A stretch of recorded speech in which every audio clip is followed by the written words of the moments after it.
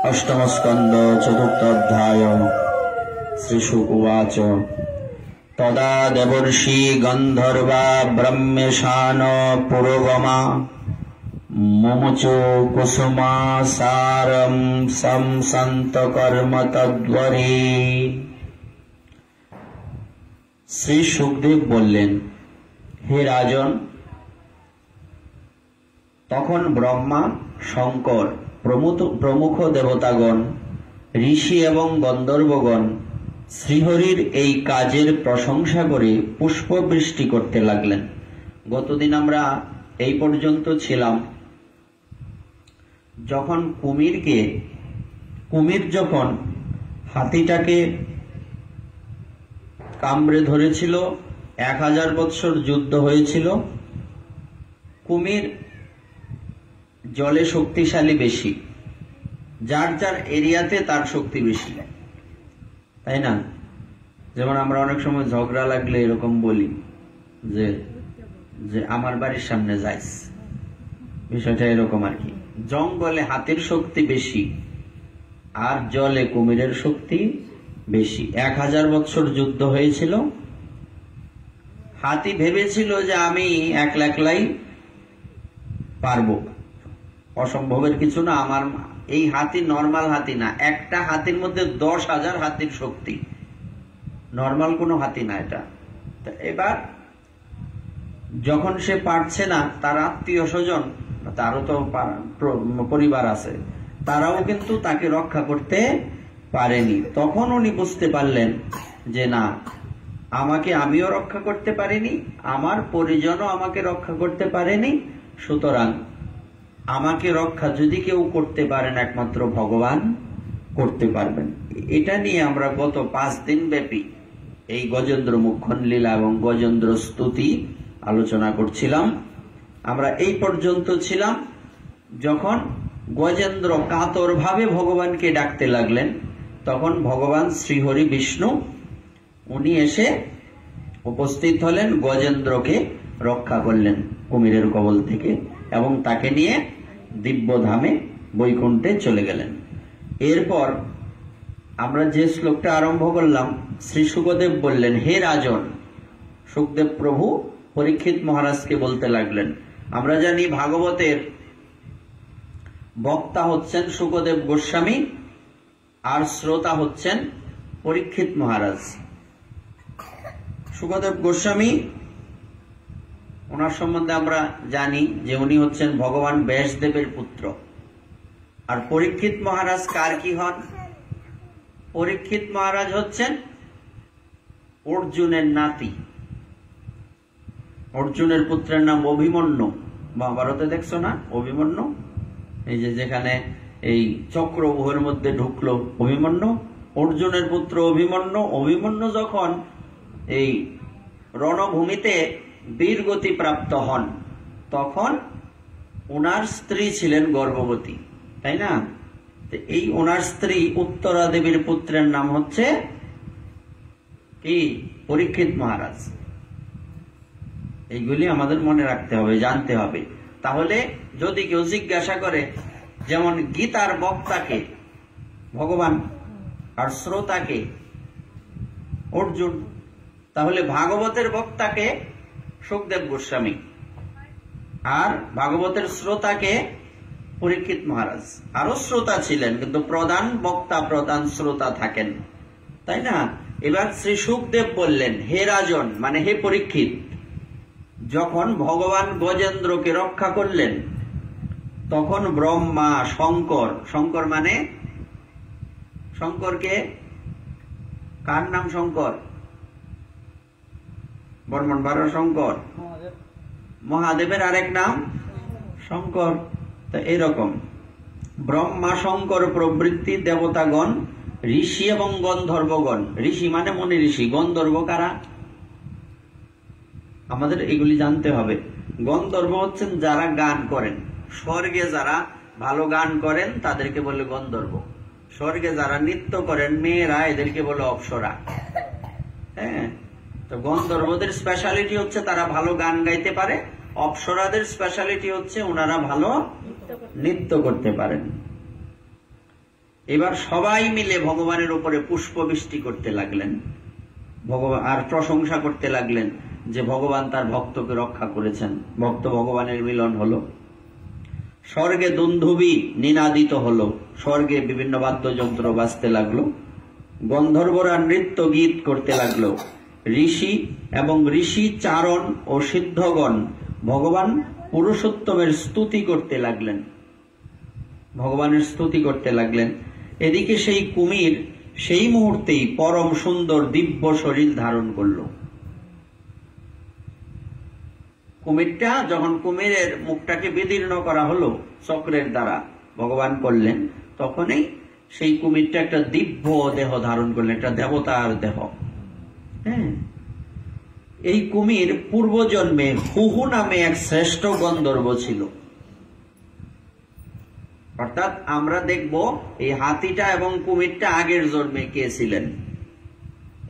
এই অধ্যায়টা হচ্ছে গজেন্দ্র এবং কুমিরের পূর্বজন্মের ইতিহাস এবং তাদের মুক্তি, অধ্যায়টার নাম। তো এবার এই কুমির তাহলে কে ছিল? হুহু নামে এক গন্ধর্ব। গন্ধর্বদের নাম খুব হাস্যকর, হু হু, হা হা, এরকম নাম, গন্ধর্বদের নাম। এবার দেবল মুনি ছিলেন একজন, অনেক মুনি ঋষি আছে, তো এর মধ্যে একজনের নাম হচ্ছে দেবল। সেই দেবল ঋষির অভিশাপে তাকে এই দেহ ধারণ করতে হয়েছিল। কাকে? হুহু গন্ধর্ব দেবল ঋষির অভিশাপে একটা কুমির হয়ে জন্মগ্রহণ করলো। এখন শ্রী ভগবানের কৃপায় সে সাপ মুক্ত হলো। তিনি অর্থাৎ সেই গন্ধর্বাধিপতি সর্বেশ্বর ভগবানের চরণে মাথা রেখে প্রণাম করলেন এবং ভগবানের যশগান করতে লাগলেন। বস্তুত অমর কীর্তির অধিকারী অবিনাশী ভগবানের লীলা এবং গুণাবলী গান করারই যোগ্য। অর্থাৎ ভগবান এমন কিছু লীলা, এমন কিছু কর্ম করেছেন যেই কর্মগুলি প্রশংসারই যোগ্য। ভগবানের কোন লীলাটা প্রশংসার যোগ্য না? সব লীলাই তো প্রশংসার যোগ্য। এজন্য বললেন ভগবান এমন কিছু কর্ম করেন, ইচ্ছা না থাকলেও বা এরকম পরিবেশ না থাকলেও, পরিস্থিতি না থাকলেও ভগবানের সেই লীলাগুলির সম্বন্ধে ভক্তগণ, গন্ধর্ব, মুনি ঋষিগণ, দেবতাগণ সবাই মিলে প্রশংসা করে থাকেন। একমাত্র সকল প্রশংসা কার?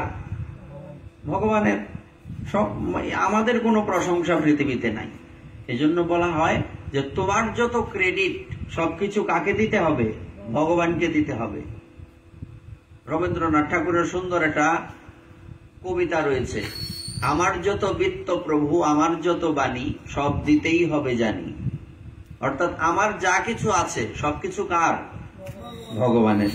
তো এই জন্য আমরা যাতে কখনো এটা না ভাবি যে আমাদের কিছু ক্রেডিট আছে, এটা আমি করেছি, এই কাজটা আমি না করলে কে করত, এই ভাবনা আমাদের করা উচিত না।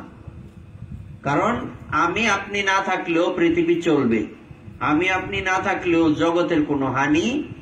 আমরা কালকে বলছিলাম হরিদাস ঠাকুর, ওনাকে যখন মহাপ্রভু বললেন তুমি চলে গেলে আমি একলা কি করে থাকবো, তখন হরিদাস ঠাকুর বলেছিলেন যে প্রভু, এই পৃথিবীতে তোমার ভক্তের অভাব নেই, এত ভক্তের মধ্যে আমার মতো একটা পিঁপড়া মারা গেলে কিছু ক্ষতি হবে না। হরিদাস ঠাকুর নামের আচার্য, প্রতিদিন কয় লক্ষ হরিনাম করতেন?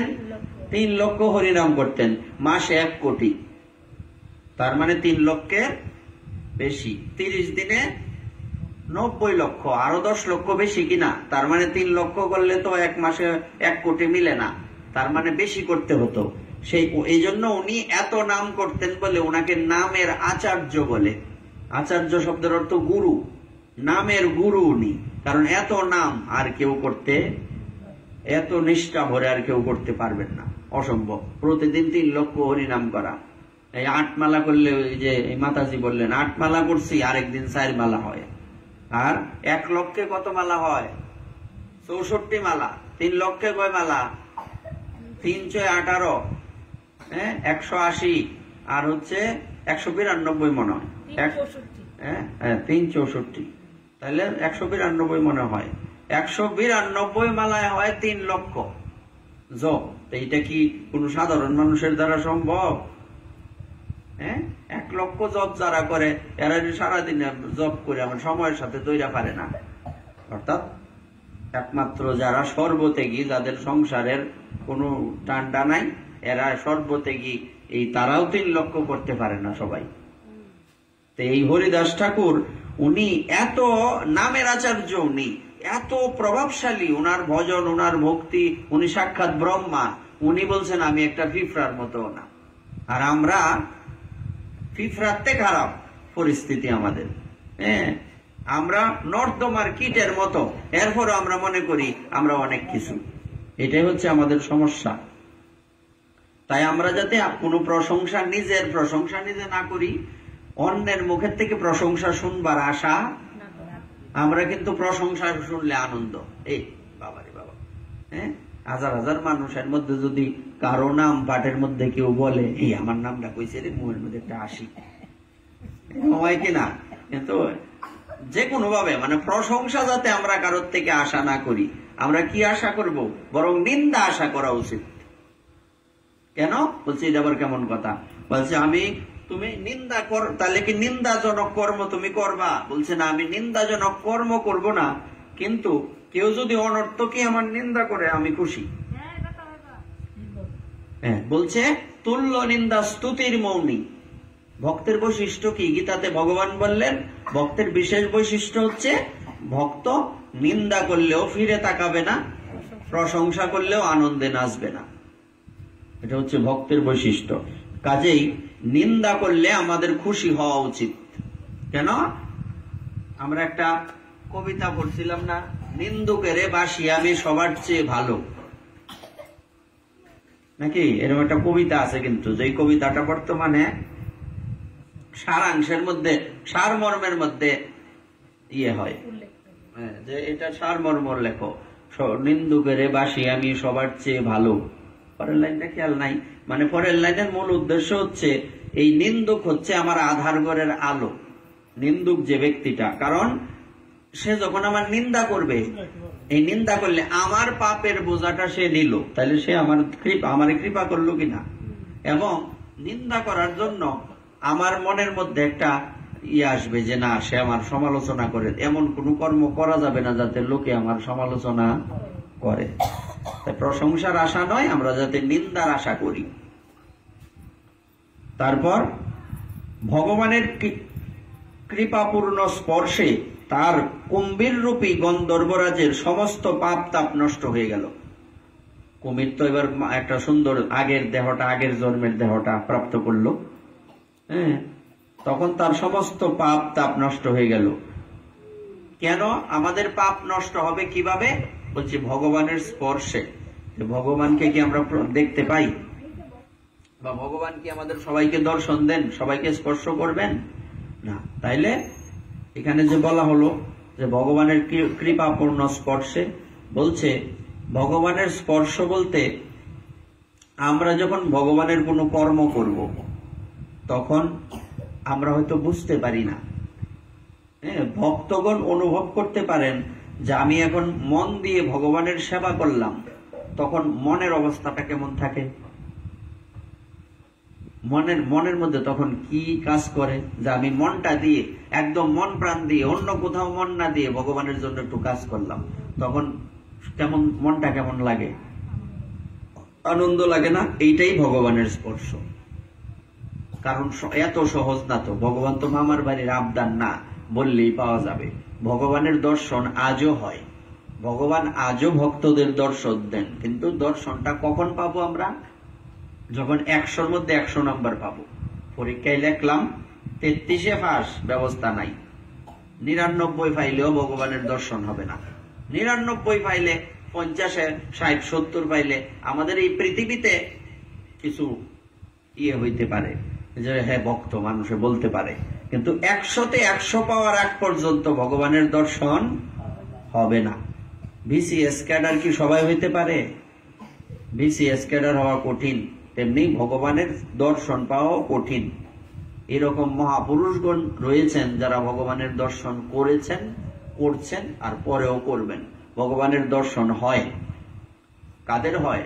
যাদের হওয়ার তাদের হয়। আমরাও যদি এরকম ভগবানের প্রতি ভালোবাসা তৈরি করতে পারি, আমরাও ভগবানের দর্শন পেতে পারব। তাহলে স্পর্শ বলতে কি? আমি যে ভগবানের সেবাটা করলাম মন প্রাণ দিয়ে, কোনো কামনা নিয়ে নয়। আমরা কর্ম করব কিভাবে? নিষ্কাম ভাবে। যে কি কি ভাবনা থাকবে আমাদের, যে তুমি কি চাও? বলছে না কিছু চাই না। তা আমাকে ভালোবাসো কেন? এই পৃথিবীর ভালোবাসার কিন্তু চাওয়া পাওয়া আছে, আছে না নাই? এই পৃথিবীতে যে আমরা এই যে আত্মীয় স্বজন পরিবার তাদের সাথে যে যুক্ত থাকি, এখানে কিন্তু স্বার্থ লুকিয়ে আছে, নিঃস্বার্থ না, কম বেশি স্বার্থ। এমনকি পৃথিবীর মধ্যে সবচেয়ে নিঃস্বার্থ সম্পর্ক হচ্ছে সন্তানের সাথে মা বাবার। এখানেও কম বেশি স্বার্থ আছে না নাই? কেমন স্বার্থ? মরলে পিণ্ড দিব, কিংবা আমি যখন বুড়ো হয়ে যাব আমার তো সে ফালবো, কিছুটা স্বার্থ। অন্যদের তুলনায় মা বাবা শ্রেষ্ঠ, কিন্তু এই জায়গাতেও কিছুটা স্বার্থ আছে। তাহলে নিঃস্বার্থ সম্পর্ক একমাত্র কার সাথে হয়? ভগবানের সাথে হয়, আর কারোর সাথে হয় না। তো এই জন্য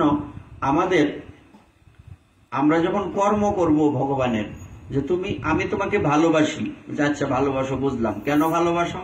কি চাও? বলছে কিছু চাই না। বলছে যদি কিছু না চাও, একটা উদ্দেশ্য তো আছে। বলছে উদ্দেশ্য হচ্ছে আমি তোমার সেবা করি, তুমি যাতে সুখ পাও। বিষয়টা হচ্ছে আমি তোমার সেবা কেন করছি?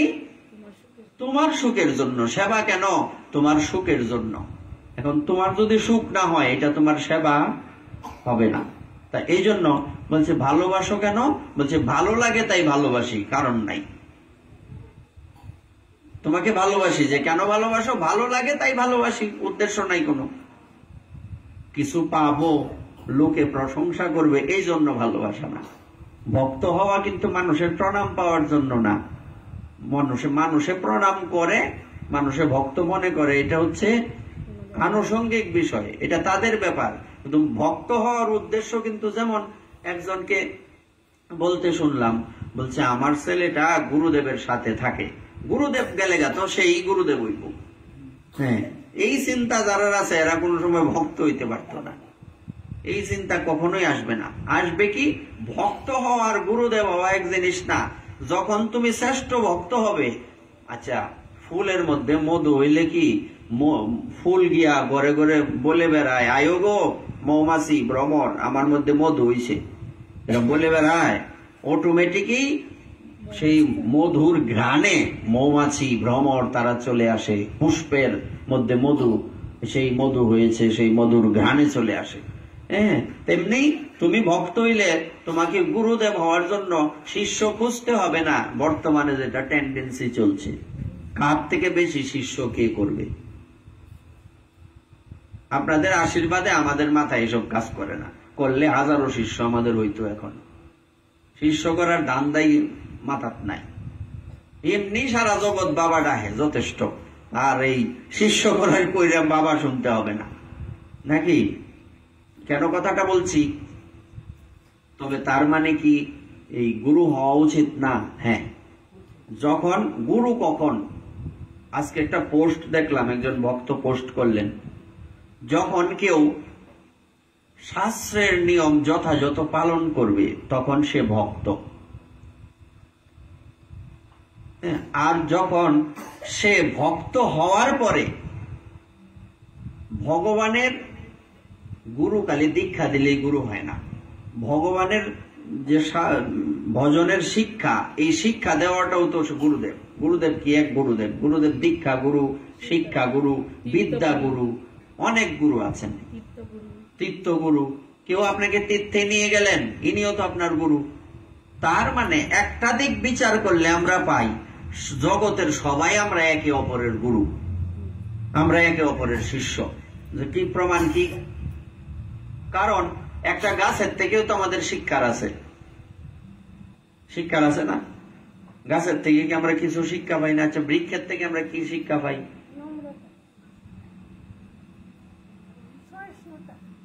সহিষ্ণুতা। যে কিরকম? বৃক্ষ যেমন কাটিলেও কিছু না বলয়, শুকায়া মইলে কারে পানি না মাগয়, যে চায় তারে দেয় নিজ নিজ ধন, ঘর্ম বৃষ্টি সহে করে আনের রক্ষণ, এই মতো বৈষ্ণব হবে নিরভিমান, জীবে সম্মান দেবে জানি কৃষ্ণ অধিষ্ঠান। কথাটা কিন্তু খুব সুন্দর অর্থ বুঝলে। প্রথমে কি বলছি যে বৃক্ষ যেমন কাটিলেও কিছু না বলয়, এটা কি ধৈর্য। গাছ কাটলে গাছে কয় আমারে কাটতো না, ধৈর্য। শুকায়া মইলে কারে পানি না মাগয়, যদি শুকায়ও মরে বলে না একটু জল দেও, কতটুকু ধৈর্য। যে চায় তারে দেয় নিজ নিজ ধন। বৃক্ষ কিন্তু বলে না, না বৃক্ষের মালিকানা যদি কারো থাকে সে বলতেই পারে যে এই আমার গাছে কিন্তু বড়ই গাছ ওইটা দিও না, আম গাছ ওইটা দিও না। গাছে কি কয়? বৃক্ষের মালিক বলতে পারে, কারণ বৃক্ষ কিন্তু বলে না এই একদম কোনো ফল পারবা না, একদম ফুল পারবা না। হ্যাঁ, এসব বলে বৃক্ষ বলে না। যে চায় তারে দেয় নিজ নিজ ধন। কথাটা সুন্দর না?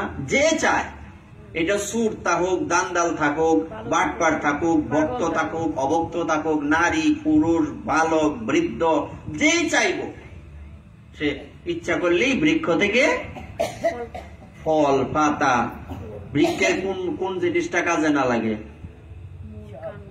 সব কাজে লাগে, একদম মূলের থেকে শুরু করে একদম কুড়ি পর্যন্ত। ফল ফুল তো আছেই, ছাল বাকল সব কাজে লাগে। তো এই বৃক্ষের থেকে আমরা কি শিক্ষা পাই? সহিষ্ণুতার শিক্ষা পাই।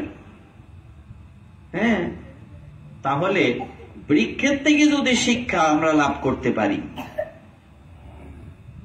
পাখির থেকে কি শিক্ষা পাই? বিশাল কাশ, ওষুধ টষুধ খাওয়ায়ও। পাখির থেকে আমরা কি শিক্ষা পাই? যেমন একটা বকের কথাই ধরি, আমরা ওই দিন বলছিলাম আমাদের ধ্যানটা কার মতো হবে? বকের মতো। বক যখন জলের মধ্যে মাছটা ধরতো চা, তখন কেমনে থাকে? তাই আমরা যদি ভগবানের ভজন জানতে চাই, শিখতে চাই, করতে চাই, বকের মতো এক দৃষ্টিতে ভগবানের দিকে তাকাইতে হবে। দৃষ্টি অন্য জায়গায় গেলে হবে না, মনটা এক জায়গায় দিতে হবে। তো একটা পাখির থেকে শিক্ষার আছে, কত কত পশুদের থেকে শিক্ষার আছে। তাহলে একটা কুকুরের থেকে শিক্ষার আছে প্রভু ভক্ত কি জিনিস। ওই দিন আমরা দেখলাম এক লোক মারা গেছে, এই যে মনে হয় মাস দুয়েক আগে একটা ভিডিও দেখলাম। ওই লোকে কবুতর পালতো। সে যখন এই হাসপাতালের বেডে শুয়ে আছে, মারা গেছে কিন্তু হাসপাতালে, এবার কবুতরটা এসে তার উপরে বসে রয়েছে। এবং তার যে সে যে একটা পাখি, তারপরেও তার মালিকের প্রতি যে তার চোখ মুখ দেখে বোঝা যাচ্ছে সে দুঃখী।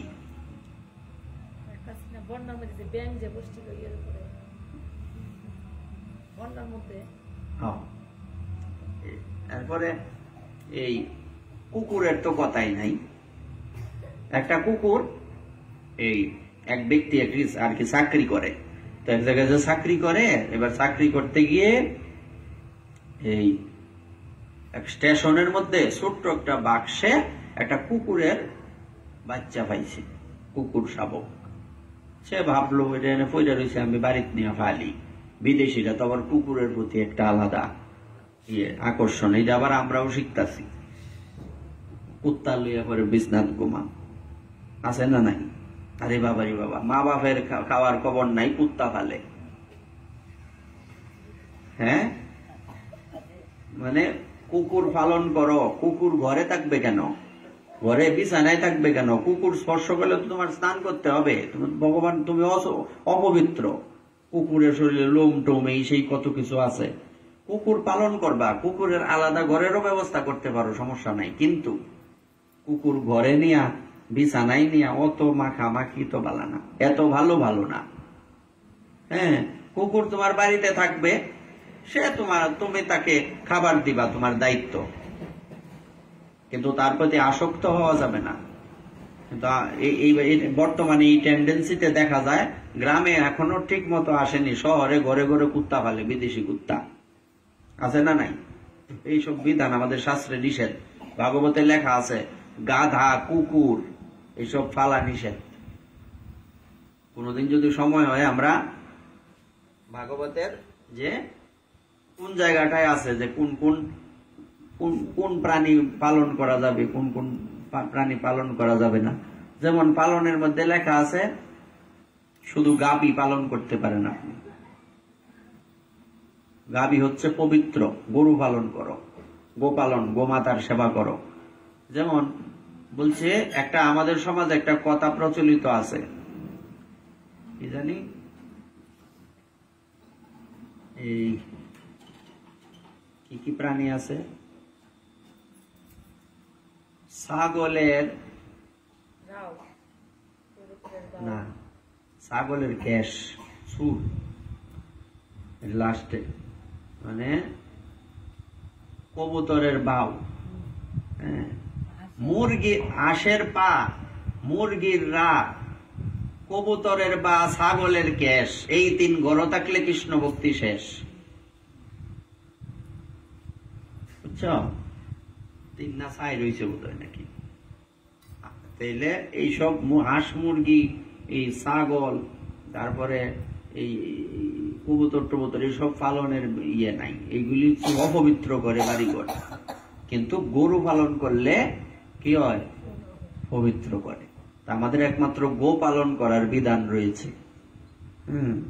তো কথাটা কোথায় বললাম? আমরা প্রত্যেকটা প্রাণীর থেকে শিক্ষা লাভ করতে পারি। তাহলে যদি প্রত্যেকটা প্রাণী তাদের থেকে যদি আমরা শিক্ষা পেতে পারি, মানুষের থেকে কি শিক্ষা লাভ করার কিছু নাই? আছে না নাই? যেমন কয়দিন আগে একটা ছেলে কিসের ওই যে ইয়ের জল খায় মারা গেল না, এই বাড়ির আত্মীয়। তো এখন এটা দেখে কি অন্যরা শিখতে পারবে না যে আমরাও যদি নানান খারাপ কিছু খাই আমাদের ক্ষতি হবে? শিক্ষা লাভের ব্যাপার আছে কিনা? ভালোর থেকেও শিক্ষার আছে, খারাপ কর্ম থেকেও। যেমন গত কয়েক বছর আগে এই যে দশমীর দিনে এই লক্ষ্মীনারায়ণ মন্দিরের এই দিকের একটা ছেলে মারা গেল অতিরিক্ত মদ্যপানের জন্য। সত্যি কিনা? পরে পেটের ব্যথা, একটাই ছেলে। ওইবার কিন্তু আমাদের মন্দিরে উৎসব হয়নি, করোনাকালীন, তাই না? এইবার উৎসব হয়নি, আমরা যজ্ঞ করছিলাম, মনে আছে? এখানে আমরা যজ্ঞ করছিলাম যে, তো যজ্ঞের মধ্যে তার বাবা আসছে। তার বাবার মুখটা দেখে, শরীরের বডি ল্যাঙ্গুয়েজ দেখে, মানে বাবার সন্তান চলে গেছে, এত খারাপ লাগছিল। চিন্তা করতেছিলাম যে এই যদি আগের থেকেই মা বাবা তার সন্তানদেরকে সঠিক শিক্ষা দিত, এই কাজ কি করলো এলে? বলেন, আমরা যেমন শিক্ষা দেব এমন শিক্ষাই সন্তানরা পাবে। তো এখান থেকেও তো আমাদের শিক্ষার আছে। সুতরাং এই পৃথিবীতে হিসাব করলে ভালো মন্দ সবার থেকে যেহেতু আমাদের শিক্ষা রয়েছে, মদ্দা কথা হচ্ছে সবাই আমাদের গুরু। যেমন আমরা একটা কবিতা পড়ছিলাম, আকাশ আমায় শিক্ষা দিল উদার হতে ভাইরে, কর্মী হবার মন্ত্র আমি বায়ুর কাছে পাইরে, পাহাড় শিখায় তাহার সমান, হই যেন ভাই মৌন মহান। এরকম আছে না? কবিতা পড়ছিলাম, এটা ভাগবতেই আছে। 24 গুরু অবধূতের, সাপ গুরু, ব্যাং গুরু, কি কয়, ভ্রমর গুরু। এমন কি ভাবতে পারবেন না যে মহিলাটা, মেয়েটা দেহ ব্যবসা করে, সেও নাকি গুরু। বলছে তার থেকে কি শিখছ? বলছে সে দরজার সামনে সাজ্জা দাঁড়ায় থাকে, কখন পুরুষ আসবে, সর্বক্ষণে সারা রাত্র অপেক্ষা করতে থাকে। তেমনি আমাদেরও ভগবানের জন্য এমন অপেক্ষা করতে হবে। কি শিক্ষা পাইছে দেখো সে এর থেকে।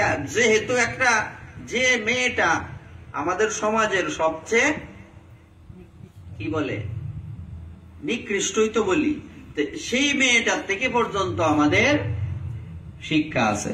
তাহলে আর ভালো মানুষের থেকে শিক্ষার আছে এই কথা তো বলে সময় নষ্ট করার দরকার নাই। সবার থেকেই আমাদের শিক্ষার আছে। যেমন আর একটা বিষয়, আমাদের সমাজে একটা কি বলে এই খুবই প্রচলিত কিন্তু কথাটা ভুল, যে মা দুর্গার পূজা মূর্তি বানাইতে গেলে ব্যবসা বাড়ির মাটি লাগে। এই কথা কয় কিনা? ব্যবসা শব্দের অর্থ কি জানো? আমাদের শাস্ত্রে কিন্তু এক একটা শব্দের এক এক সময় এক এক অর্থ কাজ করে। যেমন আমরা ওই দিন বলছিলাম আধার শব্দের অর্থ কি? অন্ধকার। আধার শব্দের অর্থ আরেকবার খাবার। আবার আধার শব্দের অর্থ হচ্ছে কোনো কিছু রাখা হয় যাতে। এই গ্রন্থটা এই চৌকিটার মধ্যে রাখছি, এই চৌকিটা হচ্ছে এই গ্রন্থের আধার। এই আধারের কয়টা অর্থ হইল? ব্যবসা বলতে যারা দেহ ব্যবসা করে এদের কথা নয়, আমাদের সমাজে এটা ভুল প্রচার করা হয়। যারা মা দুর্গার শ্রেষ্ঠ ভক্ত এই মেয়েদের মধ্যে, তাদেরকে বলে ব্যবসা। এরকম একটা বিশ্লেষণ আছে, গ্রন্থে শ্লোক সহ আছে। কিন্তু আমাদের উল্টা পাল্টা শিক্ষা দেওয়া হয় যে ব্যবসা বাড়ির মাটি লাগে। এটার একটা ব্যাখ্যা দেওয়া হয় যে মার কাছে সবাই সমান, হ্যাঁ মার কাছে সন্তান সমান, কিন্তু খারাপ জিনিসকে তো প্রমোট করা যাবে না। কি বলেন? মার কাছে সন্তান সব সমান, সন্তান খারাপ কিছু করলে সন্তান সমান, ঠিক আছে, কিন্তু সন্তানের খারাপ কাজটাকে তো তুমি এই সাপোর্ট করতে পারবা না। সাপোর্ট করা যাবে? তোমার সন্তানের যদি চরিত্র খারাপ থাকে তুমি এটা সাপোর্ট করতে পারবা? মা কিভাবে এটা সাপোর্ট করবে? সমান, হ্যাঁ ঠিক আছে, যে দুষ্ট পাপকে ঘৃণা করো, পাপীকে নয়। ঘৃণা করব না, কিন্তু তার কাছেও তো যাব না। ঘৃণা না করা মানে বন্ধুত্ব করা নয়। হ্যাঁ বলছো সব প্রাণীকে সম্মান করতে হবে, মানলাম সব প্রাণীকে সম্মান করতে হবে। এখন সাপকেও সম্মান করতে হবে। এখন সাপকে সম্মান করতে গিয়ে তো সাপের সাথে আলিঙ্গন করতে যাইবা না, যাইবা? ভাই সভ্য না, এটা তুমি কি কও? সাপের মধ্যেও ভগবান আছে, তো তার সাথে গিয়ে একটু আলিঙ্গন করে আসো যাও।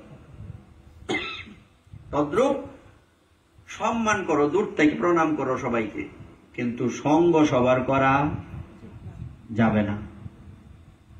আমাদের মহাপ্রভুর বিশেষ শিক্ষার মধ্যে একটা রয়েছে, যে কি শিক্ষা? এই বৈষ্ণবের প্রধান আচরণ কি? বৈষ্ণবের প্রধান আচরণের মধ্যে নিষিদ্ধ এবং করার মধ্যে কি লেখা আছে? অসৎসঙ্গ ত্যাগই বৈষ্ণব আচার। বৈষ্ণবের প্রথম আচরণ হচ্ছে, এটা কি বৈষ্ণবের না সবার? সবার প্রমাণ কি? আদর্শ লিপির মধ্যে প্রথম লেখা অসৎসঙ্গ ত্যাগ করো, জীবনের প্রথম শিক্ষা। তার মানে এটা বৈষ্ণবরা লেগে নির্দিষ্ট। আদর্শ লিপি বৈষ্ণবরা পড়বো, অবৈষ্ণবরা পড়তে পারতো না, এরকম কোন জায়গায় লেখা আছে? আদর্শ লিপিতে যেহেতু লেখা আছে যে অসৎসঙ্গ ত্যাগ করার কথা, অতে অসৎসঙ্গ ত্যাগ করো, হ্যাঁ, এই যে অসৎসঙ্গ ত্যাগ করার কথা যে বলছে, এটা কি নির্দিষ্ট কারোর জন্য নাকি সবার জন্য?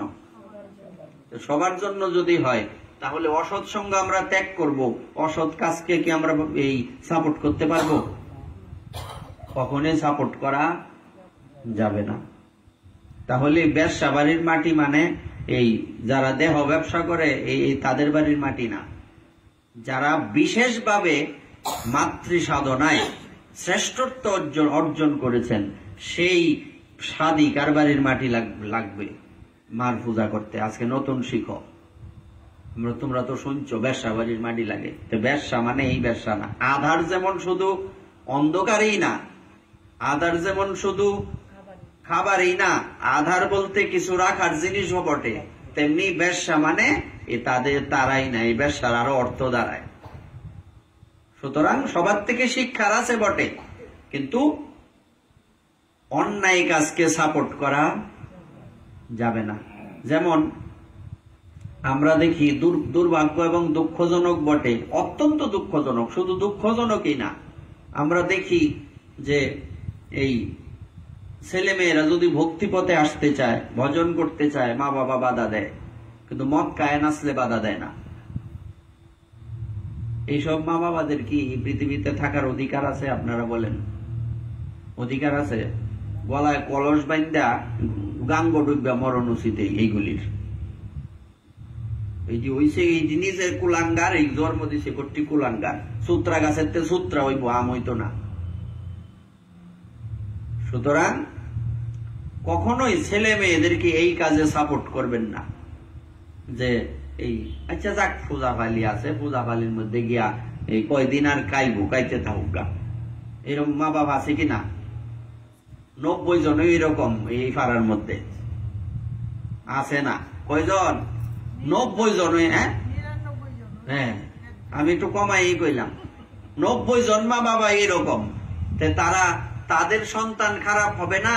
কাদের সন্তান খারাপ হবে? তাই কখনোই একটা কথা আছে, যদি কথাটা এখানে বলা যাবে না, বলছে কখনো অস দিতে নাই। হস দেয় না মানুষের, হস পাইল চোষ বেশি, মানুষে কয় না, কখনোই দিতে নাই। আগের থেকেই ছেলে মেয়েদেরকে ছেলেবেলার থেকেই একটা নিয়ম কানুনের মধ্যে রাখতে হবে, তবে না সে মানুষ হবে। মানে এটা অমানুষের বাচ্চা জন্ম হইব। সে অমানুষ হয়েছে, আপনি যত ভালোই থাকেন আপনারে নিয়া গালি দিব। আপনার ভালোর কি মূল্য রইল? আপনি যে ভালো, আপনার ভালোর মূল্য রইল কি? একদমই রইল না। লোকে কইছে যে এটা মানুষে গালি দেয়, শুয়োরের বাচ্চা। সে শুয়োরের কাজ করছে, তার মা তো বাপ তো শুয়োরের কাম করছে না। তার মানে এটার অর্থ কি দাঁড়াইল? এই সমস্যা কার? তাইলে আমার দোষে আমি গালি শুনছি, এটা কি সত্য না মিথ্যা? আমি যদি অর্থাৎ কেউ যদি হাত দিয়ে পাথর ভাঙতে না পারে, এটা কি পাথরের দোষ না হাতের দুর্বলতা? হাতের দুর্বলতা না? পাথরের কি দোষ? পাথর শক্ত জিনিস, তুমি হাত দিয়ে ভাঙতে পারতেছো, তোমার হাতের দুর্বলতা। তুমি যদি তোমার ছেলে মেয়েকে নিজের কন্ট্রোলে না রাখতে পারো, এটা তোমার দোষ। আগের থেকে খুশি গাইলে না কেন? এই জন্য এখন থেকে এই ছেলে মেয়েদেরকে যথাযথভাবে ধর্মীয় শিক্ষা দেওয়ার চেষ্টা করুন। আমাদের সমাজে কিছু প্রচলিত আছে যে না, ধর্মকর্ম করলে মনে ছেলে মেয়ে নষ্ট হইব, আর আমরা আকাশতে পড়ছি না গাঙ্গেদা বাইসে আইছি না। আমরা কি তোমরার মতো মার ঘরে জন্ম হয়েছি না? নাকি আমরা এলিয়ান সূর্য লোকতে পড়ছি? কি তোমাদের মতো মার ঘরের তো জন্ম হয়েছে? আমার তো শরীরে রক্ত মাংসই আছে, নাকি আমার শরীরে রক্ত মাংস নাই? তাই আমরা পড়াশোনাও করছি, ধর্মকর্মও করছি, আজও চালায় যাইতেছি। হয়তো এই প্রাতিষ্ঠানিক অন্য শিক্ষা অনে আর কি করবা, যা পড়ছি তো আগে পড়ছি, এখন গ্রন্থ পড়ি। আগে গ্রন্থও পড়ছি, হ্যাঁ, আবার এই প্রতিষ্ঠানের পড়াও পড়ছি, পরে কি হয়েছে? সুতরাং এটা কখনোই ভাববে না যে মানুষ ধর্মকর্ম করলে মনে হয় নষ্ট হয়ে যাবে।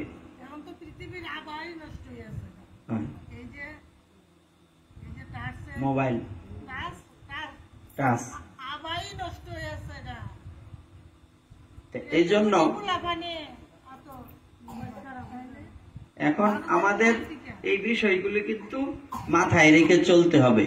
সমাজে আমরা কথাই বলে না, এই যে পৃথিবীতে তুমি আসছো কি করে গেলা সমাজের জন্য। আজকে তোমার সন্তান যদি খারাপ হয়, তুমি ভালো হইলা, তো তুমি সমাজের জন্য কি তৈরি গেলা? একটা বিষাক্ত ভাইরাস তৈরি গেলা সমাজের ক্ষতির লাগিয়া। তো তুমি কি করলা সংসারের জন্য? তুমি না ভালো হইলা, তোমার সন্তানটা সমাজের ক্ষতি করতেছে না? খারাপ হইলে ক্ষতি হইতেছে না? তোমার এই সন্তানের জন্য আরো 2টা ছেলে নেশা করতেছে না? করতেছে তো। তার মানে সমাজের ক্ষতি করতেছি না আমরা? তো এই জন্য কথাই বলে, সূর্যের কাজ তো আর মাটির প্রদীপে করতে পারতো না, কিছুটা তো হবে। রবীন্দ্রনাথ ঠাকুরের চাইল্ড লাইনের একটা ছড়া আছে, ফুরাইল মোর কার্য কহে সন্ধ্যা রবি, শুনিয়া জগৎ রহে নিরুত্তর ছবি, মাটির প্রদীপ ছিল সে বলিল স্বামী, আমার যেটুকু সাধ্য করিব তা আমি। কত সুন্দর কথা না? সূর্যদেব কি বললেন? আমার কার্য শেষ, আমি এখন অপ্রকট হব। ফুরাইল মোর কার্য কহে সন্ধ্যা রবি, সন্ধ্যার আজ্ঞান। সূর্যদেব বলছে আমার কাজ কিন্তু শেষ, এবার আমি চলে গেলে আমার কাজটা কে করতে পারবা? শুনিয়া জগৎ রহে নিরুত্তর ছবি, কেউ সূর্যদেবের কাজ করতে পারবে না। মাটির প্রদীপ ছিল সে বলিল স্বামী, অর্থাৎ সূর্যদেবের থেকেই তার শক্তি আসছে। আমার যেটুকু সাধ্য করিব তা আমি। তো তুমি কি করে গেছো? তুমি তোমার সন্তানকে খারাপ বানাইছ, এই সন্তান আরো 5টা ছেলেরে খারাপ বানাইব। তার মানে তুমি ভালো করছো না মন্দ করছো? মন্দ। কিন্তু তুমি যদি একটা সন্তানকে মানুষ তৈরি করে যাও, ভক্ত তৈরি করে যাও, এই সন্তানটা আরো 10টা লোককে ভক্ত বানাবে, মানুষ বানাবে।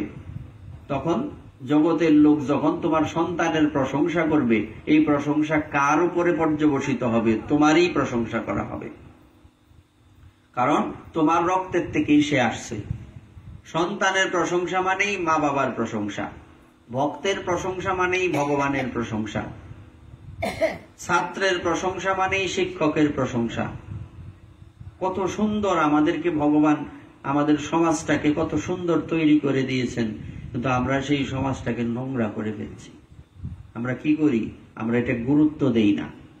সংসারের কাজ করতে ব্যস্ত, হয়তো এই ব্যবসা চাকরি করতে ব্যস্ত, ছেলে মেয়েরা কোথায় যাচ্ছে, কার সঙ্গ করছে, এইগুলির দিকে আমাদের কোনো খেয়াল নাই। কথায় বললে বাবা সময় তো পাই না। সময় যে পাও না, খাইবার তো সময় পাও নাকি? সময় করে নিতে হবে। আমি আজকে মারা গেলাম, মৃত্যুর পর যমরাজ যখন জিজ্ঞাসা করবে, কিরে তুই কি করছস পৃথিবীতে, আমি যদি বলি আমি তো সময় পাইছি না, আমার 60টা বাড়ি আরো বেশি দিব, 60টা মুড়া আরো বেশি দিব। কেন? সময় পাইছি না বলতে কি, তোরে 24 ঘন্টা সময় দিছি, তুই এর মধ্যে একটু সময় করতে পারলে না ভগবানের ডাকবার, ভগবানের সেবা দিবার? এটা তুই আমারে বুঝাইবে, আমার ব্যাককল পাইছস, ব্যাককল বুঝ দেস, এই কথা বলবে কিনা? জিদ দে, আরো মায়ের বেশি দিব। সুতরাং সময় পাইছি না বলতে কোনো শব্দ নাই। কেউ হয়তো লক্ষমালা জপ করবে, করো, আমি 4 মালা জপ করবাম, কি সমস্যা? তাও তো গিয়ে বলতে পারবো যে আমি লক্ষমালা করতে পারছি না প্রভু, আমি প্রতিদিন 4 মালা জপ করছি। জপ তো করো। আমি একাদশী বাবা নির্জলা করতে পারছি না, কিন্তু আমি পঞ্চ রবি শস্য গ্রহণ করছি না, ফল জল এগুলি গ্রহণ করছি, তারার মতো পারছি না, কিন্তু কিছুটা তো পারছি। আচ্ছা যাও, কিছুটা পারছো যখন, কেন ভগবান কি কৃপাময় না? হ্যাঁ, তোমার আমার একটু অল্প কর্ম উনি বিশাল করে নিতে পারেন, কিন্তু আমরা এটা করি না। এটা আমাদের ব্যর্থতা নয়, এটা আমাদের দুর্ভাগ্য, ব্যাড লাক। এই দুর্ভাগ্যর মধ্যে থাকলে আমাদের হবে না। আমাদের এই দুর্ভাগ্যের থেকে আমাদের জীবনটাকে সৌভাগ্যে পরিণত করতে হবে। ভগবান আমাদের এই পৃথিবীতে পাঠিয়েছেন। আমি সূর্যের কাজ করতে পারবো না, একটা মাটির প্রদীপের কাজ তো করতে পারি, করতে পারি কিনা? হ্যাঁ, যেমন আমরা এখানে 3000 প্রদীপ প্রজ্বলন করছি। এখন একজনকে যদি গিয়া বলতাম এই 3000 প্রদীপ প্রজ্বলন করা হবে, টাকা দেও, দিল হইলে কি তোমরা সবাই মিল্লা দিছ না? কি ওর গায়ে লাগছে? একটা একটা প্রদীপ দিয়ে তো 3000 প্রদীপ হইছে এখানে। কি এইরকম একটু একটু একটু একটু করতে করতে দেখা যাবে একটা সময়, যেমন আগের দিনের মায়েরা করতেন এইসব, এখন এসব করে না, কারণ অভাবী মানুষ তো নাই। এই রান্না করার সময় চাউল যখন পাত্রে নেওয়া হয় ধোয়ার জন্য, তখন চিমড়ি দিয়ে রেখে দিত। তোমরা রাখো, এখনো রাখো, এই পাত্রেই রাখো। কিন্তু আগের দিনে আমরা দেখতাম, মারে দেখছি, এই যে মাটির টোফা টাফা আছে না, এটার মধ্যে চিমড়ি দিয়ে রেখে দিত। আলাদা একটা বোতল রাখতো, একটু একটু তেল রেখে দিত, পরে যে সময় অভাব থাকতো এটা বাইর করতো। আমরা তো নিজে দেখছি, তোমরা তো অভাবই না, তোমাদের এই অনুভব আসবে না। আমরা ছেলেবেলা থেকে অভাব দেখছি, এসব দেখছি। তেমনি এই একটু একটু চাউল দিয়া যদি বস্তা ভরণ যা কিছুদিন পরে একটা বস্তা চাল হতে পারে, তো কেন আমার আজকে 1 মালা জপ করলে আমার 1 বছর 10 বছর পরে এটা আমার কেন 16 মালা হবে না? হবে কিনা? আজকে যেমন আমি গত 84 ক্রোশ পরিক্রমায় দেখলাম একজন ভক্ত সে খালি লেখে। কিরে ভাই তুমি কি লেখো? খাতা দেখলাম হরে কৃষ্ণ খাতা ভর্তি লেখা, ফিসটা উল্টাই হরে কৃষ্ণ পুরা হরি নাম লেখা। তখন সে বলল যে দাদা আমি লেখি কেন জানেন?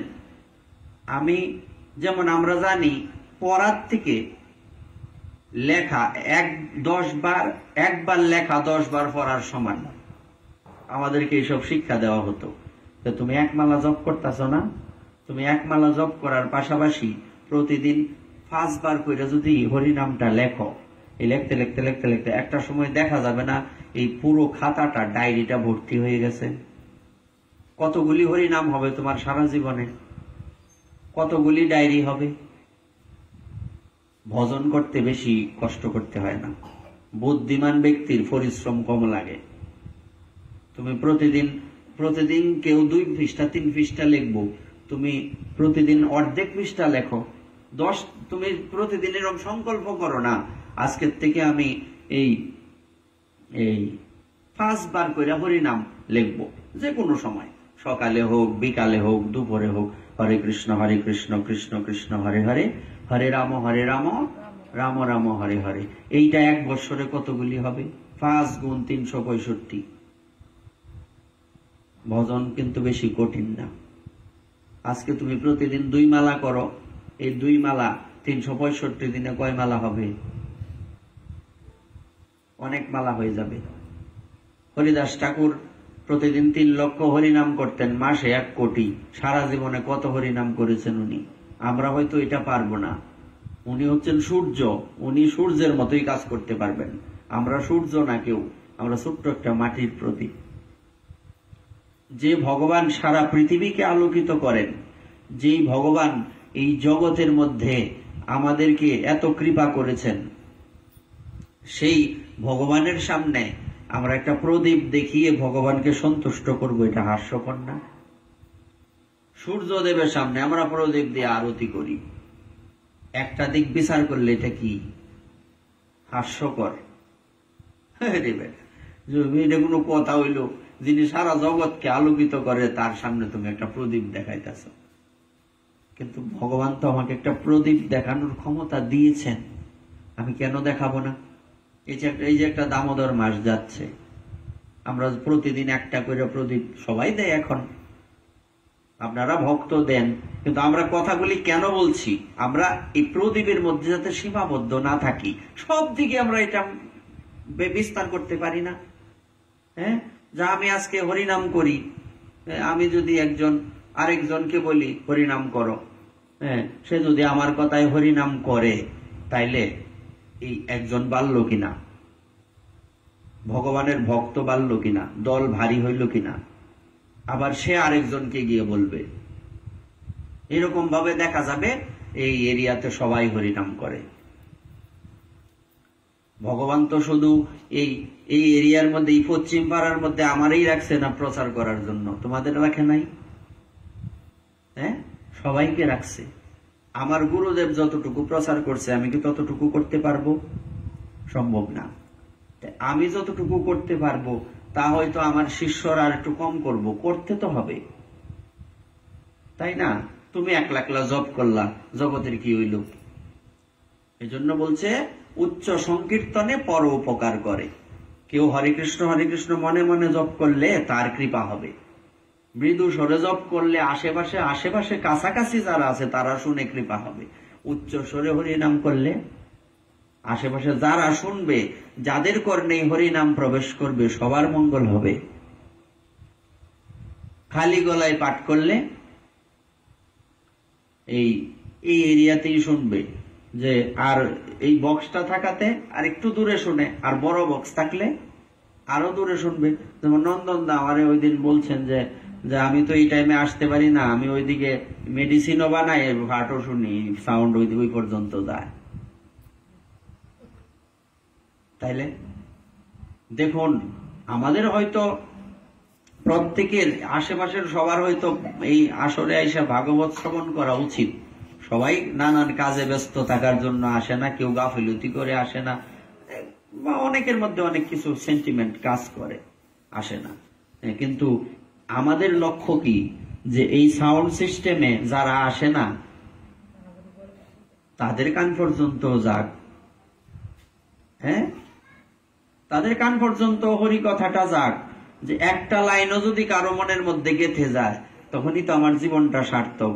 আমি তখন বলতে পারবো যে যাক, অন্তত একজন তো এই অধমের কথা শুনে হরিনাম করলো, একজন তো এই অধমের কথা শুনে প্রতিদিন ভগবানকে একটা প্রদীপ দেখাইলো। এটাই তো আমাদের লক্ষ্য। আমাদের লক্ষ্য তো এই আপনাদের ক্ষতি করা না, আমাদের লক্ষ্য হচ্ছে ভক্ত হোক, হ্যাঁ, সবাই ভক্ত হোক, সবার জীবনটা আনন্দের সমুদ্রে ডুবে থাকুক। ভগবানের কাছে আমরা হয়তো এই একটা প্রদীপ দেখানো কিছুই না। যেমন এই যে অযোধ্যাতে দেখলাম এই দীপাবলিতে কত লক্ষ প্রদীপ জ্বালাইছি, আমরা তো লক্ষ প্রদীপ জ্বালাতে পারবো না। গত বছর আমরা এখানে 1500 প্রদীপ জ্বালাইছি, এবার 3000 প্রদীপ হয়েছে। আস্তে আস্তে হবে না, সব আস্তে আস্তেই হবে। এখানে এই এরিয়াতে কতজন আগে জপ করতো, একাদশী করতো, তাই আস্তে আস্তে বাড়ে না, আরো বাড়বে। তো এই জন্য আমাদের কি করতে হবে, প্রত্যেককে একটা কাঠবিড়ালির ভূমিকা পালন করতে হবে। কাঠবিড়ালির কথাটা বলছিলাম না, মনে আছে সবার? অনেকেই শুনছ না।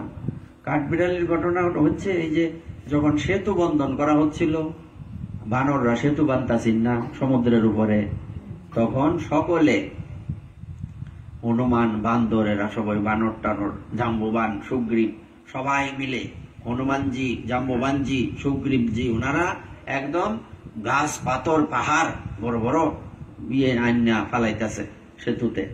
এখন একটা কাঠবিড়ালি ভাবছে যে আমারও তো এখানে কিছু করা উচিত, সবাই হয়তো ভগবানের বড় সেবা করবে, আমি তো একটু ছোট হইলেও তার সেবা করা উচিত, তাই না? এই কাঠবিড়ালিটা কি করে, জলের মধ্যে ডুব দেয়, দিয়া সমুদ্রের পার কিরকম বালির চর, বালির মধ্যে গড়াগড়ি দেয়, দিয়া ওই সেতুর উপরে কিরকম গাছ হারা দেয়, বালিগুলি পড়তাছে না। কিছু কিছু বানর তারে দেখে উপহাস করে, কিছু কিছু বানর তাকে দেখে উপহাস করছে, উপহাস করে বলছে, দেখো আমরা গাছ পাথর পাহাড় না পারি না, এ কয়েক গ্রাম বালি দিতে আসছে। হ্যাঁ, তখন দেখা গেল কি ভগবান রামচন্দ্রের চোখে এটা পড়লো। কখন পড়লো? এই বানররা যখন যায়, কাঠবিড়ালি তো ছোট, এই হনুমানজির পায়ের তলা এক সময় সে পড়ে গেল, সে কষ্ট পাইছে। রাম যাহা রামচন্দ্র ভগবান এই সর্বনাশ। হ্যাঁ, তাড়াতাড়ি তাকে হাতের উপর তুলে নিলেন, হাতের উপর তুলে তার শরীরের মধ্যে হাত বোলাতে লাগলেন। বলা হয় কাঠবিড়ালির গায়ের উপরের মধ্যে যে দাগগুলি থাকে না, এটা ভগবান রামচন্দ্রের হাতের দাগ, বংশ পরম্পরায় তাদের গায়ে পড়ে গেছে। হাত বোলাচ্ছেন এরকম আঙ্গুল দিয়ে, আর হাত বুলিয়ে বলছে, তুমি খুব কষ্ট পাইছো, হনুমান তোমার পাড়া মারছে।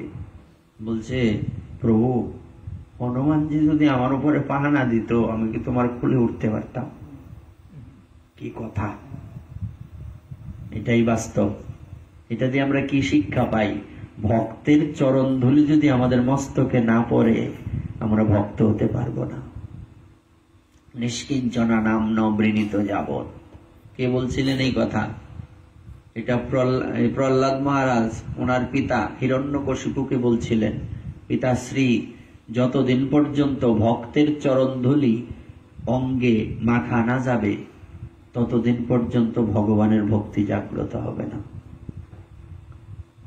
এই জন্য বলছে কি, ভক্তের চরণ ধুলি অঙ্গে মাখলে কি হয়? ভক্তের কথা তো দূরের কথা, আমাদের মতো বিষয়ী ব্যক্তিদের কথা তো দূরের কথা, স্বয়ং ভগবান পর্যন্ত ভক্তের চরণ ধুলি অঙ্গে মাখেন। আর কোনো কথা আছে? কোনো কথা চলে এখানে? চলে না। এই জন্য আমাদের কি করতে হবে? আমাদের ওই কাঠবিড়ালির ভূমিকাটা পালন করতে হবে। সে যদি ভাবতো, তোর এরা পাথর পাহাড় আনে, আমার এনো কি কাজ, আমি আর ইতা পারবাম। অনেকে বলে, সবাই নিয়ম মাস করে, তুমি করো না কেন? আমার বাবা সম্ভব, আমার এই সমস্যা সেই সমস্যা। কেউ প্রসাদ পাচ্ছে, তুমি নিরামিষটা তো অন্তত এই মাসে খাও। কি কেউ পঞ্চপ্রদীপে আরতি করে, তুমি একটা প্রদীপ তো দেখাও। কেউ 5 বার সেবা দে, 3 বার তো দেও, 1 বার তো দেও, 2 বার দেও। সকালে 1 বার আরতি করো, সন্ধ্যা 1 বার আরতি করো। কেউ হয়তো ভগবানের জন্য 56 ব্যঞ্জন প্রস্তুত করবে, 56 ভোগ 36 ব্যঞ্জন প্রস্তুত করবে। তুমি হয়তো ভগবানকে একটু 1 সিদ্ধ দিবা, আলু সিদ্ধ দিবা। ভগবান তো এটা দেখবেন না যে কে বেশি দিছে। আমাদের চোখকে ধরা পড়ে, এই জায়গার মধ্যে বেশি ভক্ত হইছে, এই জায়গার মধ্যে কম ভক্ত হইছে। কিন্তু ভগবানের চোখ তো আমাদের চোখের মতো না। ভগবানের চোখটা কার মতো? ভগবানের চোখ ভগবানেরই মতো, তার সাথে কারো তুলনা চলে না। তুমি যে তোমার তুলনা, যার তুলনা জগতে মিলে না, ভগবানের তুলনা ভগবানই হয়, ভগবানের কোনো বিকল্প হয় না। তো ভগবানের দৃষ্টিটা কিরকম? সে দেখবে আচ্ছা তারা তো ভক্তই, এরা বেশি বেশি দেয়, দিছেই, তাদের প্রতি তো আমার দৃষ্টি আছেই। আমি ছোট্ট ভক্তের বাড়িতে যাই, গিয়া তাকে বলি যে আমি তোমার সেবায় প্রসন্ন হয়েছি। হ্যাঁ, আমরা ইয়ের কথা জানি না, এই যে শ্রেয়া চণ্ডালিনী, জগন্নাথ দেবের মা লক্ষ্মীর ভক্ত, যে শুনছো তার কথা?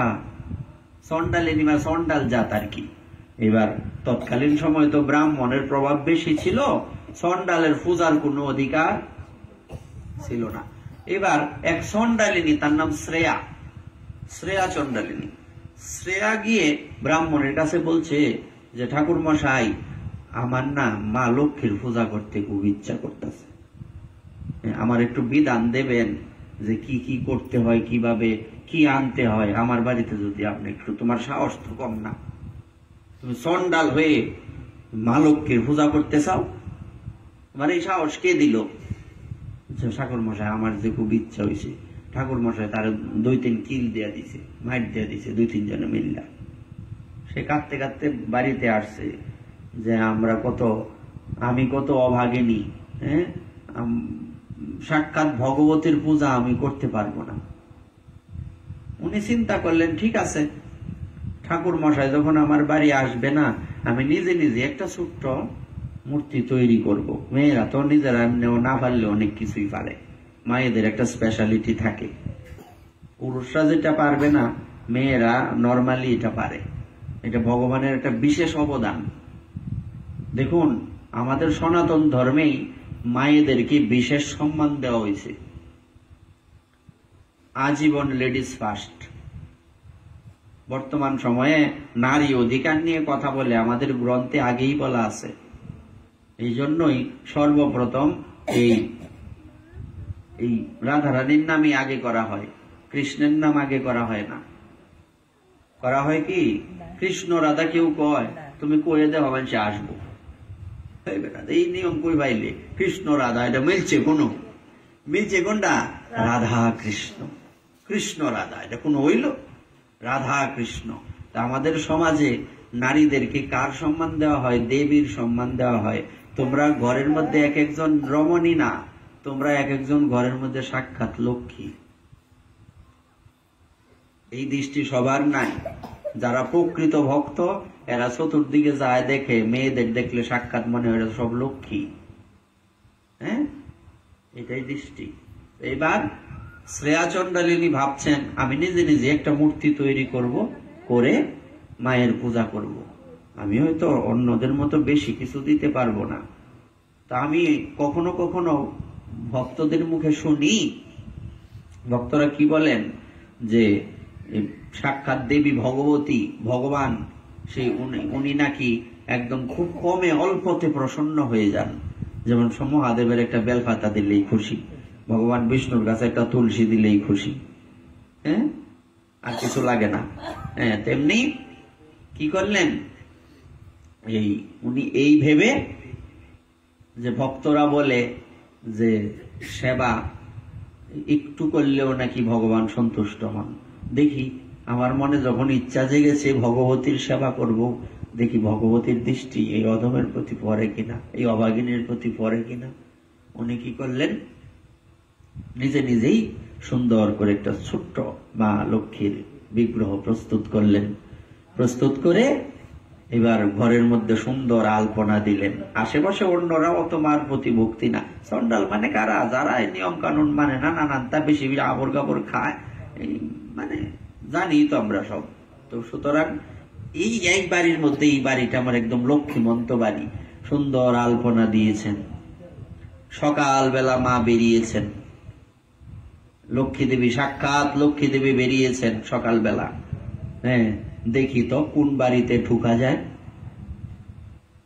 উনি তখন ঘুরতে ঘুরতে দেখলেন এক বাড়ির মেয়েরা অন্য দাঁতেই মাঝে শাস্ত্রে বলছে সূর্য ওঠার পরে যদি কেউ দাঁত মাজে তাইলে সে ভগবানের ভজন করব কোন আক্কেলে কয়। যেমন আমাদের গুরুদেবের যে জন্মদাতা পিতা, ইনি বলতেন যে অনেক সময় ওনারা তো পূর্ব পরম্পরা থেকে আগের থেকে সাধু, তাদের বাড়ি সাধুর বাড়ি।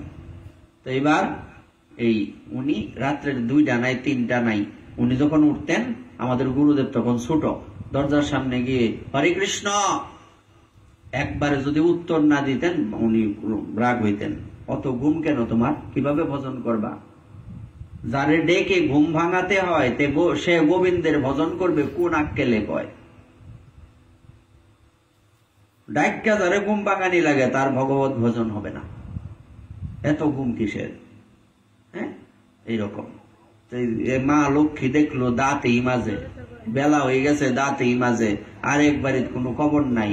মা এক বৃদ্ধার রূপ ধরে এক বাড়িতে গেলেন, যাওয়ার পর গিয়ে বলছে কি গো, এই তোমরা এখনো দাঁতেই মাজো?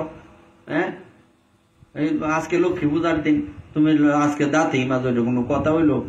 জ্ঞান দিতে আয়ো না, দাও দাও। মানুষ কিন্তু এইসব করে, দেখবা সমাজে এইসব লোক আছে।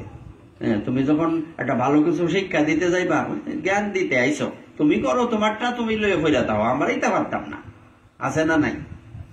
হ্যাঁ, তো বুড়া বেডি গেছে দূর, আরেক বাড়িতে গেছে, এইরকম নানান বাড়িতে যেতে যেতে চন্ডালিনী যে শ্রেয়া, তার বাড়িতে সুন্দর আলপনা দেওয়া।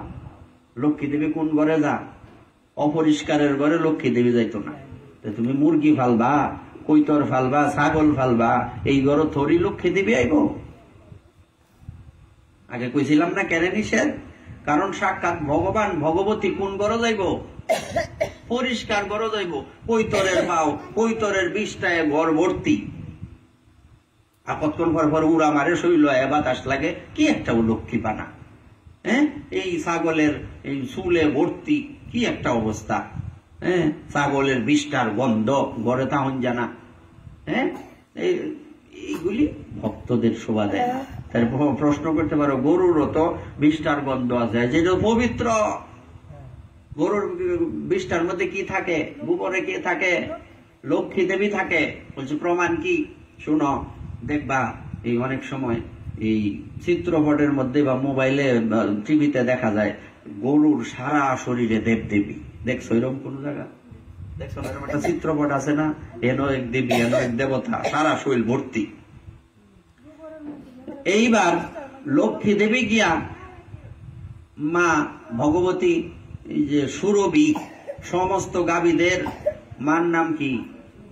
মানব জাতির আদি পিতার নাম যেমন স্বয়ম্ভু মনু, এইরকম গাভী মাতাদের আদি মাতার নাম হচ্ছে সুরভি। মনে রাখো, মাতা সুরভির কাছে গেছে, মা আমার একটু জায়গা দেও। সাক্ষাৎ লক্ষ্মী দেবী, আমার একটু জায়গা দেও। আমার সারা শরীর তো ভর্তি হয়ে গেছে, তোমার জায়গা দেওয়ার জায়গা নাই। মন খারাপ, কিছু তো একটা ব্যবস্থা করো। তো আমার গোবরটা কখনো কেউ এনো বাস করে না, কোথায় আমার এনুই জায়গা দেও। দেখবা গোবর দিয়া যদি বাড়ি ঘর লেফাও কইস, কত সুন্দর লাগে। এটাই বেডিটা লক্ষ্মী মন্তবেনি কয় কিনা? এটা কিন্তু আজকের কথা না, গোবরে লক্ষ্মী তাহে। যখন দেখছে আলপনা কি সুন্দর, এই বাড়িতে সাক্ষাৎ লক্ষ্মী দেবী প্রবেশ করলেন। চন্ডালিনীর বাড়িতে যখন প্রবেশ করলেন তখন ওনার চরণের ছাপ পড়ে গেছে চন্ডালিনীর ঘরে। আর বড় বড় লোকেরা তাদের বাড়িতে কিন্তু মার চরণ ছাপ পড়েনি। হ্যাঁ, উনি গিয়ে যখন, আর এদিকে শ্রেয়া চন্ডালিনী মায়ের স্তুতি করছেন, মায়ের কাছে প্রার্থনা করছেন, মা আমার বড় সাধ তোমার সেবা দেওয়া। নিজে নিজেই পূজা করে, নিজেই ঘন্টা বাজান। হ্যাঁ, যদি ঠাকুর মশাই না আসে আমার বাড়িতে, আমি অপবিত্র, আমার ঘরে কি ভগবান ঠাকুর মশাই পূজা দিতে আসবে? থাক, ঠাকুর মশাই আইসে না, তারে দোষ দিয়া লাভ নেই, আমারই দুর্ভাগ্য, আমি চন্ডালের ঘরে জন্ম হইছি। উনি নিজেই ঘন্টা বাজা, নিজেই পূজা করে, মা এসা সাক্ষাৎ দর্শন দিছে। তুমি কি বর চাও? বলছে মা বর আর কি চাইবো, বর তো কিছু চাওয়ার নাই, এমন কৃপা করো তোমার চরণে যাতে রতিমতি হয়, ভক্তি হয়। চন্ডালের ঘরে মা আসছে, আর উচ্চকুলে জন্মগ্রহণকারী ব্যক্তির ঘরেও মা গেছে না। কেন যায়নি? তারা তো মার মহিমা বুঝে না, জানে না। তারপর দেখা গেল কি এই পর্যন্তই আমাদের এই আলোচনাটা। আমরা সামনেটা আরেকদিন বলবো না, যে কেন বললাম তার ঘরে ছোট বিগ্রহ, সে যাতে চন্ডাল, সে যে মার সামনে যে ভোগ দিছে তেমন কিছু দেওয়ারও ক্ষমতা নাই। 56 ভোগ 36 ব্যঞ্জনের দিকে মা তাকাবেন না, ভগবান তাকাবেন না। কোথায় তাকাবেন? তোমার সিদ্ধর দিকেই তাকাবেন, যদি তোমার ভক্তি থাকে। কাজেই এই কথা কখনোই ভেবো না আমরা কি পারবাম, কেন পারতা না? হাত পা নাই, ভগবান হাত পা দেয় নাই। অন্যজন বেশি করবো, তুমি কম করবা, সমস্যা নাই। ছোট ছোট বালুকণা, বিন্দু বিন্দু জল গড়ে তুলে মহাদেশ সাগর অথল। ছোট ছোট বালুকণা থেকেই যখন বাড়ি ঘর করে মানুষ, আচ্ছা এখন যখন এই টাকা পয়সা কিছু পাইছি, আচ্ছা 500 ইট আইনা রাখা, তুই কিছু বালু আইনা রাখা, তুই আস্তে আস্তেই তো হয়। হ্যাঁ, একদিনে হয়েছে? এই যে বাড়ি করছো, একদিনে করছো? আস্তে আস্তে টুক টুক টুক টুক করে আবার দেখছি বারিন্দার মধ্যে আবার নতুন ঘর করছো, একদিনে করছো? একদিনে হইতো না, আস্তে আস্তে হবে। কাজেই মানে কঠিন মনে করে দূরে যাইবা না। ভগবানের ভজন হলো সহজ, অত্যন্ত সহজ। আমরা বুঝি না, মনে করি কঠিন। বাবারি বাবা, এরা আমরা কঠিন করি তো কি আছে? এখন যদি আমাদের নির্জলা ব্রত দেখা ডরাইয়া ব্রত না করো তাইলে হইব? আমরা নির্জলা করতেছি, তোমরা আস্তে আস্তে করো। নির্জলা ব্রত তুমি না করতে পারবা, কি দরকার নির্জলা করার? এমনি করো, ফল জল যা করার করো। এই যে বললাম 4 মাসেই একজন, এক সাধু, অনেক সাধুরাই আছে, একটা করে ফল খায়া 4 মাস চালাইতেছে। সারাদিন একটা ফল, 1 গেলের জল। এটা কি আমরা দ্বারা সম্ভব? এখন কিন্তু আমাদের দ্বারা এটা সম্ভব নয়। তার মানে এই না সর্বনাশ কি কঠিন, ব্রতই করতাম না। কেন কইল তোমার কঠিন? কিচ্ছু কঠিন নাই। ভগবানের ভজন অত্যন্ত সহজ, অত্যন্ত সরল। মীরাবাই কি এই 4 ঘন্টা ঘন্টা বাজায় পূজা করছে? উনি কি করতেন? গিরিধারীকে কুলে নিয়ে শুধু গান শোনাইতেন, তাকে নিজের মনের আকুতিটা জানাইতেন, নিজের ভালোবাসাটা প্রকাশ করতেন, আর কিচ্ছুই করতেন না। পূজা করতেন না তা না, করতেন, কিন্তু ওনার মুখ্য ভজন কি ছিল? ভগবানকে কীর্তন শোনানো।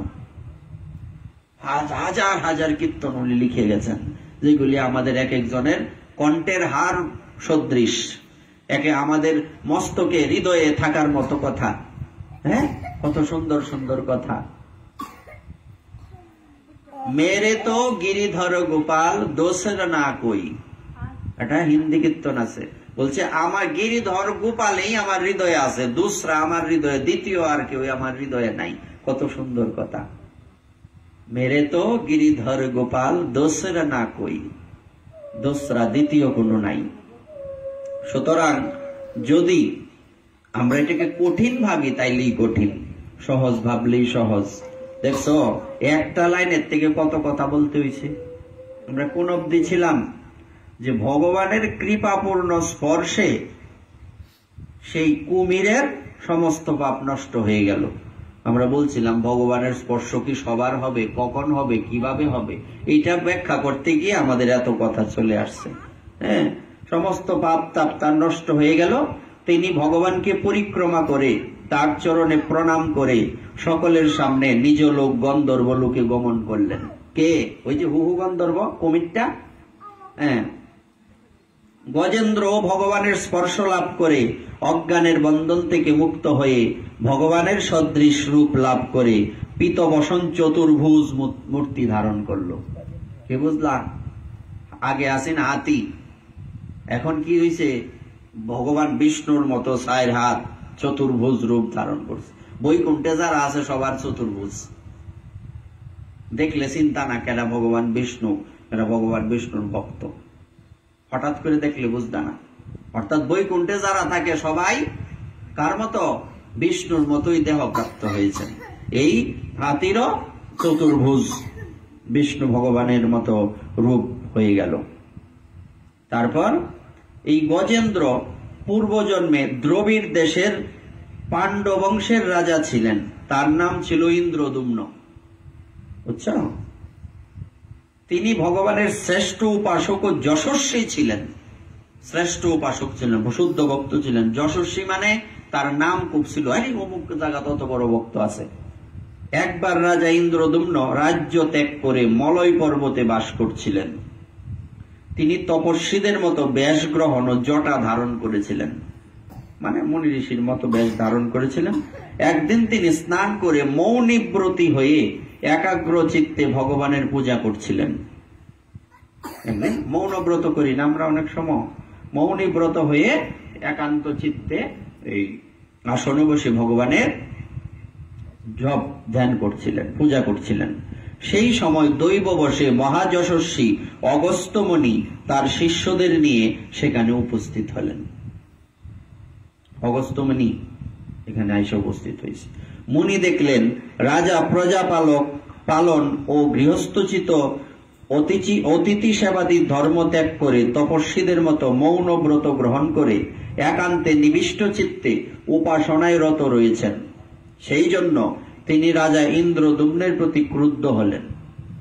সাধু আইসে, সাধুকে দেখে উনি কোনো কথা বললেন না। দেখুন মৌন ব্রত কখন? যখন আপনার সিনিয়র কোনো ভক্ত আপনার কাছে চলে আসবেন, আপনার এখানে কোনো ভারী ভজন সাধন দেখানোর কিছু নাই। আপনার গুরুদেব আসছেন, কথায় অনেকে বলে না গুরুদেব বাড়িতে থাকলে জপ লাগে না। এটার অর্থটা কি? এটার অর্থ কি? এটার অর্থ এরকম না। আবার অনেকেই আছে, আমি সরাসরি এক ভক্ত বাড়ি আছে স্টেশনের রেল লাইনের লগেই বাড়ি, আমি ওই বাড়ির থেকে এদিক থেকে আসছিলাম, তা আমাকে ওই মাতাজি বলছে মাঝে মধ্যে আমরা দামোদর মাসে মাস ব্যাপী পাঠে ওই বাড়ি বাড়ি পাঠ করতাম। আমাকে একজন জিজ্ঞেস করছে যে বাবা বিষয়টা কি?